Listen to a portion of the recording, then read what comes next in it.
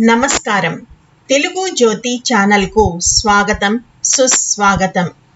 ఈ ఛానల్లో జాబిలి 5కి సంబంధించిన ప్రతి పాఠ్యాంశాన్ని 3 వీడియోలుగా చేయడం జరిగింది. మొదటి వీడియోలో పాఠ్యాంశ వివరణ, రెండో వీడియోలో పాఠ్య వ్యాకరణాన్ని, మూడో వీడియోలో అర్థాలు, వచనాలు, వ్యతిరేక పదాలు, ఖాళీలు, ప్రశ్న జవాబులతో కూడిన నోట్స్ను కూడా ఇవ్వడం జరిగింది. హాయ్ పిల్లలు, ఇప్పుడు మనం మన 10వ పాఠమైన చింత చెట్టు నోట్స్ చూద్దాం. అర్థాలు: మొదటిది రికామి, తీరిక.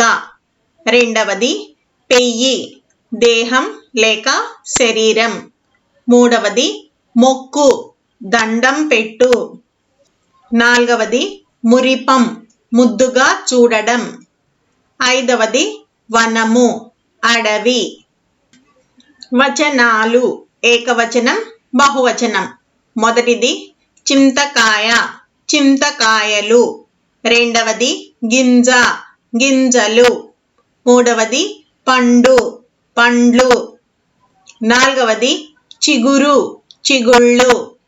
ఐదవది జాతర, జాతర్లు. వ్యతిరేక పదాలు: మొదటిది తప్పు, ఒప్పు. రెండవది రుచి, అరుచి. మూడవది గౌరవం, అగౌరవం. నాలుగవది మేలు, కీడు. ఐదవది ఆరోగ్యం, అనారోగ్యం.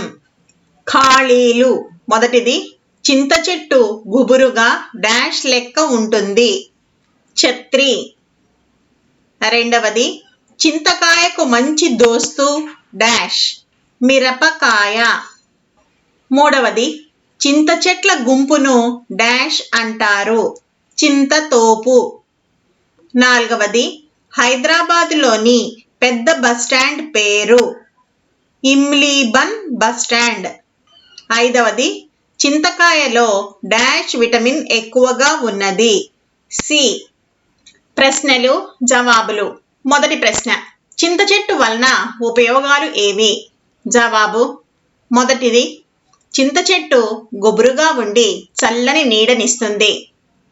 రెండవది, చింత చెట్టు నుండి లభించే చిగురు, పూత, కాయలు, పండు మన వంటకాలలో ఎంతో ఉపయోగపడతాయి.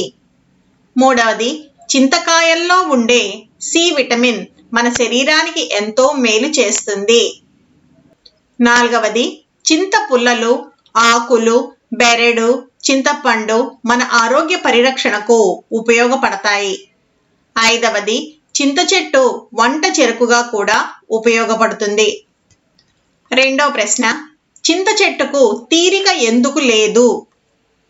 జవాబు: చింత చెట్టు మొదట చిగురిస్తుంది, తరువాత పూత, తరువాత కాయ, తరువాత పండు, మళ్ళీ తిరిగి చిగురు. ఈ విధంగా చింత చెట్టుకు తీరికే ఉండదు. మూడవ ప్రశ్న: చింతకాయ తొక్కు దేవునికి మొక్కు అని ఎందుకు అంటారు?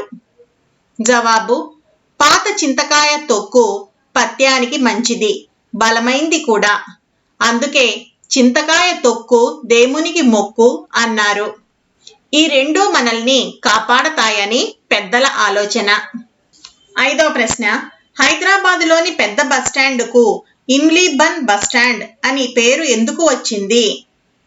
జవాబు: హైదరాబాద్లోని పెద్ద బస్టాండ్ను చింతల తోపులో కట్టారు, అందువలన దీనికి ఇమ్లీబన్ బస్టాండ్ అని పేరు వచ్చింది.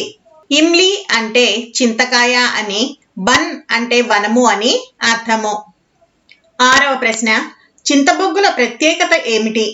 జవాబు: చింతబొగ్గులు కణకణా మండుతాయి, ఎక్కువ కాకను ఇస్తాయి, ఎక్కువసేపు కాలుతాయి. ఇవే ఈ బొగ్గుల ప్రత్యేకత. ఈ వీడియో మీకు నచ్చినట్టయితే లైక్, షేర్ మరియు సబ్స్క్రైబ్ చేయండి. కొత్త వీడియో నోటిఫికేషన్ కొరకు బెల్ ఐకాన్ను ట్యాప్ చేయండి.